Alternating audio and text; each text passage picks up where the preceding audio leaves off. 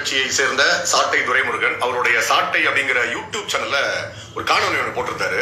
அதுல என்ன சொல்றாருன்னா, இப்போ சமீபத்தில் தேர்தல் ஆணையம் 400க்கும் மேற்பட்ட கட்சிகளுடைய பதிவை ரத்து செய்திருக்குது.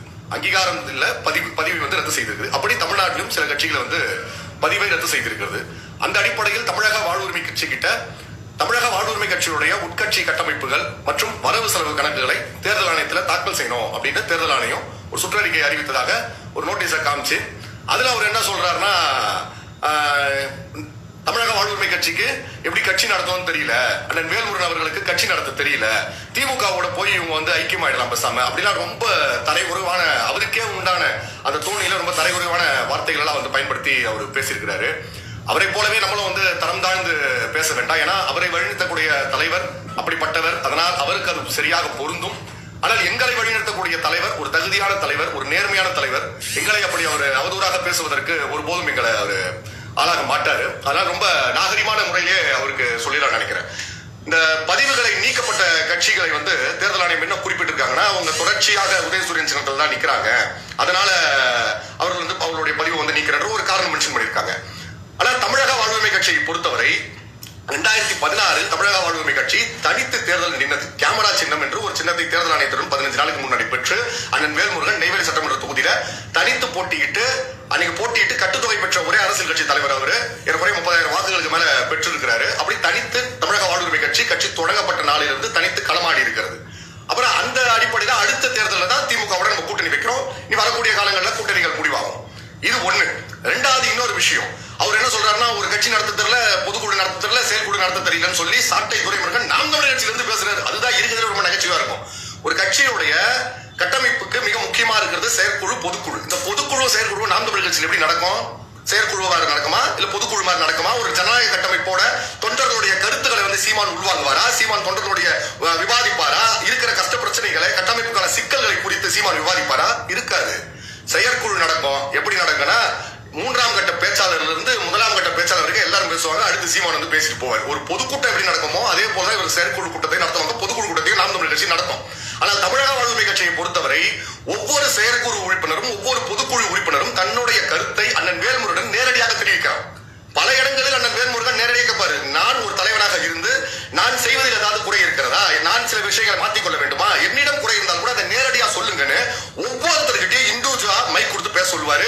அது அப்படி பொது இடங்கள் அதை பேச முடியலன்னா கடிதங்கள் மூலியமாக எழுதி அதை பெற்றுக்கொண்டு அதை குறித்து நடவடிக்கை எடுக்கக்கூடிய தலைவர் அண்ணன் வேல்முருகன். ஒவ்வொரு செயற்குழுவும் பொதுக்குழுவும் தமிழக வாழ்வுரிமை கட்சி வெறும் பெயருக்காக நடத்தவில்லை. உண்மையிலேயே கட்சி கட்டமைப்பு குறித்தும் தொண்டர்களின் மனநிலையை குறித்தும் தொண்டர்களுடைய விருப்ப வெறுப்புகளை குறித்து அண்ணன் வேல்முருகன் அவர்கள் இது போலதான் செயற்குழு பொதுக்குழு நடத்திட்டு இருக்காரு. அதனால எங்களுக்கு நீங்க ஜனநாயகப்படி நீங்க எங்களுக்கு பாடம் எடுக்க வேண்டாம் திரு சாட்டை துரைமுருகன் அவர்களே. அதே போல தமிழக வாழ்வுரிமை கட்சி திமுகவோட கூட்டணி வைத்தது அண்ணன் வேல்முருகன் அவரின் தனிப்பட்ட கருத்து அல்ல, தனிப்பட்ட முடிவு அல்ல. பல கட்டங்களாக ஒவ்வொரு நிர்வாகிகளும் அழைத்து பேசி நாம் தனித்து களமாடலாமா அல்லது மற்ற இயக்கங்களோடு இருக்கலாமா அல்லது திமுகவோட போகலாமா என்று பல முறை அவருக்கு விவாதத்துக்கு உட்பட்டு தான் அந்த முடிவை அண்ணன் வேல்முருகன் எடுக்கிறாரு. தவிர தனிப்பட்ட ரீதியாக அண்ணன் வேல்முருகன் எடுக்கிறார். இரண்டாவது உட்கட்டமைப்பு. நாம் தமிழர் கட்சியில உட்கட்டமைப்புன்னு ஒண்ணு இருக்கா? அது முதல்ல ஒரு கட்சியா அதை சொல்லுங்க. அது ஒரு பேஸ்புக் வாட்ஸ்அப் குழு, அவ்வளவுதான்.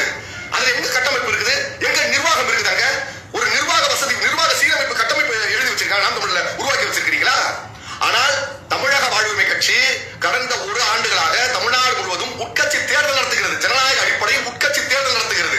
எப்படியா விருப்ப மனுகள் தொண்டர்களிடம் விருப்ப மனு கொடுத்து அந்த விருப்ப மனுகள் அவர்கள் பூர்த்தி செய்து அதற்கு தமிழக வாழ்வுரிமை கட்சி ஒரு தொகை வைத்திருக்கிறது. ஒரு குறிப்பிட்ட ஒரு சிறிய தொகை வைத்து அந்த தொகையும் அவர்களுக்கு பில்லு போட்டு அதை பதிவு செய்து பில்லு போட்டு கொடுத்து அவர்களை அந்த நியமன உறுப்பினர் விண்ணப்ப படிவங்களை எடுத்து அதை பரிசீலித்து அதற்கான மண்டல குழுக்கள் அமைத்து அந்த குழுவில் உள்ள உறுப்பினர்கள் அதை பரிசீலித்து பிறகு தலைவர் தனது கரங்களால் ஒவ்வொருத்தருக்கும் நியமன கடிதம் கொடுத்திருக்காரு. இப்படி ஸ்ட்ரக்சர் நாங்க போட்டு வந்திருக்கோம். இன்னும் சொல்ல போனா வேல்முருகன் அவர்கள் கட்சி நடத்த தெரியல, அதை நீ பேசலாமா? உன் தலைவன் யாரு? ஓடாத படம் எடுத்த உறுப்பினர் டைரக்டர் அண்ணன் சீமான். திடீர்னு திண்ணலகர் சொல்றது திடீர்னு யோகன்ற மாதிரி ஈழத்தமிழர் அங்க நடந்த பிரச்சனை 2009 நடந்த பிரச்சனைகளை அவன் நெஞ்சு கொதிச்சு போயிருந்தான். எல்லாரும் ஒண்ணு சேர்ந்து ஒரு கட்சி ஆரம்பிச்சாங்க. அதுல எல்லாரும் காலி பண்ணிட்டு அவரு உட்காந்துட்டாரு. இவரு வந்து நிர்வாக வசதி பண்றாரு. பாட்டாளி மக்கள் கட்சி தமிழ்நாட்டில் ஒரு மிகப்பெரிய கட்சியாக இருந்த பாட்டாளி மக்கள் கட்சி வழிநடத்திய முக்கிய தலைவர், அதன் இணை பொதுச் செயலாளராக இருந்தவர் எங்களோட தலைவர் அண்ணன் வேல்முருகன். 6 முறை சட்டமன்ற தேர்தலை சந்தித்து 3 முறை சட்டமன்ற உறுப்பினராக தேர்ந்தெடுக்கப்பட்டவர் எங்கள் அண்ணன் வேல்முருகன். இன்றைக்கு நடமாடும் சட்டமன்றமாக தமிழ்நாட்டில் ஒவ்வொரு அதிகார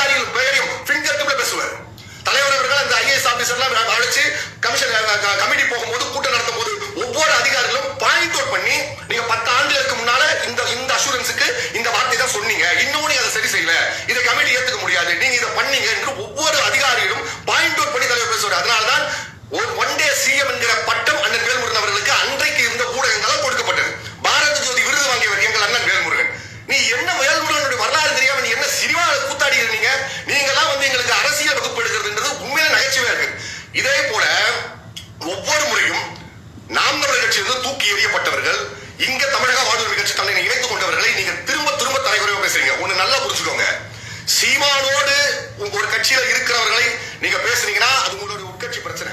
அங்கிருந்து விலகி வந்து இன்றைக்கு தமிழக வாழ்வுரிமை கட்சியில் தன்னை இணைத்துக் கொண்டு அண்ணன் வேல்முருகனின் தம்பியாக பயணிப்பவர்கள் பத்தி நீ பேசுறா, அதன் விளைவுகள் உண்மையிலே மோசமா இருக்கும். ஏன்னா இங்க இருக்கிற தொண்டர்களை ஓரளவு மேல கட்டுப்படுத்தி வைக்க முடியாது. ஆனா அங்க இருக்கிற கூட்டம் மாதிரி இது ஒரு ரசிகர் கூட்டம் இல்ல, இது உண்மையான கொள்கையை கருத்துக்களை உள்வாங்கி அந்த கொள்கை தலைவர் என்று அண்ணன் வேல்முருகனை ஏற்றுக்கொண்ட ஒரு கூட்டம். ஆனா நீ மீண்டும் பேசியிருந்தா அப்ப நீ சொல்றீங்க இவர்கள் எல்லாம் சரி செஞ்சுருவாங்களா, இவர்கள் எல்லாம் பண்ணிடுவாங்களா, இங்க இருந்து போனாங்களே அவங்க எல்லாம் செஞ்சிருவாங்களா? அவங்க அங்க இருக்கும்போது என்ன வந்தாங்க ராஜா? இன்னைக்கு இருக்கிற அண்ணன் வெற்றிக்குமரனா இருக்கட்டும், இல்ல அண்ணன் புகழேந்தி மாறனா இருக்கட்டும், இவங்க எல்லாம் அங்க இருக்கும்போது என்ன ராஜா பண்ணிட்டு இருந்தாங்க? அங்க உங்களுடைய கட்சி வளர்க்கறது தானே 15 வருஷமா அங்க உங்களுக்கு பயன்பட்டு இருந்தாங்க அவங்க. ஏன் அன்னைக்கு நீங்க யாருமே வந்து ஜெனரல் பாண்டியன்லாம் எங்களுக்கு தேவையில்லைன்னு சொல்லி அன்னைக்கு அவங்க தூக்கி வச்சு போக வேண்டியதானே? சீமான் போக முடியாதுல்ல, அவங்க தானே போறாங்க. அந்த கட்சி வளர்ந்துருக்கிறதுக்கு அவங்களும் ஒரு காரணம் தானே. அவங்களுடைய உழைப்புகள்லாம் சுரண்டிக்கிட்டு இப்ப இங்க வந்து அவங்களுக்கெல்லாம் எதுவுமே தெரியாது, அவங்களால எதுவுமே செய்ய முடியாது சொல்றது வெக்கமா இல்லை உனக்கு? நீ வெற்றிக்குமரனோட உழைப்பு அங்க இருக்கிற நாம் தமிழ் கட்சியில் இருக்கிற அத்தனை பேருடைய உழைப்பை உறிஞ்சிக்கிட்டு தானே அவங்களை தூக்கி வெளியே போட்டீங்க. அங்க இருக்கிற வரைக்கும் அவங்க நல்லவங்க, அவங்களால வந்து கட்சி பண்ண முடியும், அரசியல் பண்ண முடியும். இங்க வந்து அவங்களால அரசியல் பண்ண முடியாது ராஜா. என்ன ராஜா நீங்க ரொம்ப ஒரு என்ன சொல்றது, ஒரு அடிப்படை அறிவு கூட நம்ம பேசுற. இப்ப இதெல்லாம் வந்து ஓரளவுக்கு வந்து பார்த்துக்கிட்டு அமைதியா இருக்க முடியாது. ரொம்ப வெறுப்போட உச்சத்தில் இருக்குது.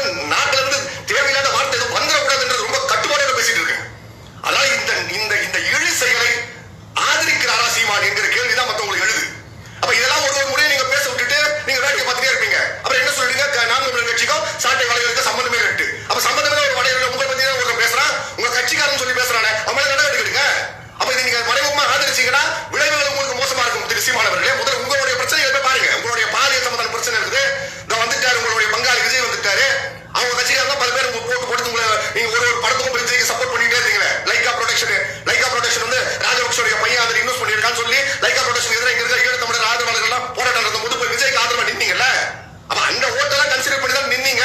இப்ப அதெல்லாம் மொத்தமா போட்டுன்ற பயம் உங்களுக்கு வந்துருச்சுல. அப்ப போய் அதை செய்யுங்க.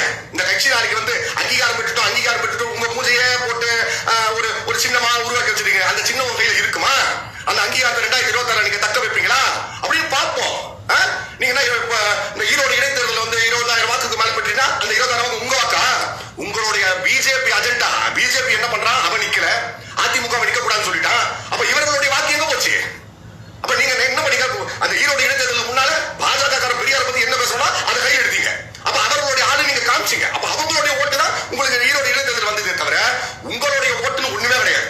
அந்த வாட்ஸ்அப்பை பார்த்து பேஸ்புக்கை பார்த்து ஐயோ உணர்ச்சி வசமா பேசுறாரு, இவர் வந்து நெய்தல் படை அமைச்சிருவாரு, இவர் துப்பாக்கி எடுத்துட்டு போய் சண்டை போடுவாரு நினைச்சுக்கிட்டு இருக்கிற ஒரு சில சாம்பிகள் தான் உங்களை ஆதரிக்குமே தவிர அறிவார்ந்த ஒருவரும் உங்களை ஆதரிக்க மாட்டான். வரக்கூடிய 2026 தேர்தலில் உங்க நிலை என்னன்றது உங்களுக்கு தெரியும். அதை மறைப்பதற்கு இன்னும் சொல்ல போனா எதுக்கு அண்ணன் வேல்முருகன் மேல இவ்வளவு வன்மம் இருக்குது?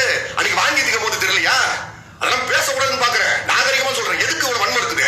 நாங்கெல்லாம் வந்து நீங்க வந்து தேசிய தலைவருக்காக இங்க ஏதோ செயல்படுறீங்க, விடுதலை புலிகள் அமைப்புக்காக செயல்படுறீங்க, தமிழ் தேசியத்தை அடைவீங்க நினைச்சு உங்க பின்னால வந்து எங்களெல்லாம் நீங்க வந்து ஒண்ணு இல்லாம தூக்கி எரிஞ்சுட்டு போவீங்க. நாங்க ஒண்ணு இல்லாம நடுத்தர நிற்போம், நிருகதியா நிற்போம். ஒரு தலைவனை எங்களை தாயுள்ளத்தோடு ஆதரிச்சு நான் திரும்ப சொல்றேன், நாம் தமிழர் கட்சியில் இருக்கிற ஒருவரையும் அண்ணன் வேல்முருகன் அவர்கள் நீங்க வந்து கூப்பிடுறேன். நாங்கதான் அவர்கிட்ட போய் ஐயா நாங்க ஒண்ணு இல்லாம போயிட்டோம்யா, நாங்க தேசிய தலைவர் பத்தி பேசணும், நாங்க வந்து ஒரு தமிழ் தேசிய பாதையில நிக்கணும், ஒரு சரியான தலைவர் உங்களை தேர்ந்தெடுக்காம தவறுதலா போய் சாக்கடையில் வந்து மாட்டிக்கிட்டோம், எங்களுக்கு நீங்க வாழ்க்கை கொடுங்க, நாங்க தான் அவருக்கு கெஞ்சி கூத்தாடி கிடைக்கிறோம். அதை முதல்ல புரிஞ்சுக்க. என்னவோ அவரு என்னவோ புடிச்சு தெரியுங்க. தமிழ்நாட்டில் வேல்முருகன் செய்ய முடியாத அரசியலா? ராமதாஸ் கண்ணிலேயே வரல விட்டு ஆட்டியவர் அண்ணன் வேல்முருகன். பாட்டாளி மக்கள் கட்சியிலிருந்து வெளியில வந்து எந்த ஒரு அமைப்பையும் நீடிச்சு நிக்கிறேன். ஆனா இன்னைக்கு சட்டமன்றத்தில் தமிழக வாழ்வுரிமை கட்சி ஒரு கட்சியாக சட்டமன்றத்துக்குள்ள சென்றவர் அண்ணன் வேல்முருகன். 100 ஆண்டு காலம் தமிழ் தேசியம் இந்த மண்ணில் பேச ஆரம்பித்து 100 ஆண்டு காலம் தொடங்கி 100 ஆண்டு காலம் ஆகிவிட்டது. இந்த 100 ஆண்டு காலத்தில் தமிழ் தேசியம் பேசிக் கொண்டிருக்கிற ஒரு கட்சியின் சட்டமன்ற உறுப்பினர் சட்டமன்றத்தில் சென்றார் என்றால் அந்த வரலாறு அண்ணன் வேல்முருகனால் படைக்கப்பட்டது. இதெல்லாம் பொறுத்துக்க முடியாம கூத்தாடி பயில மாதிரி சும்மா கத்திக்கிட்டு நினைக்கிறா உதவங்க சாரி ரொம்ப வன்மத்தோட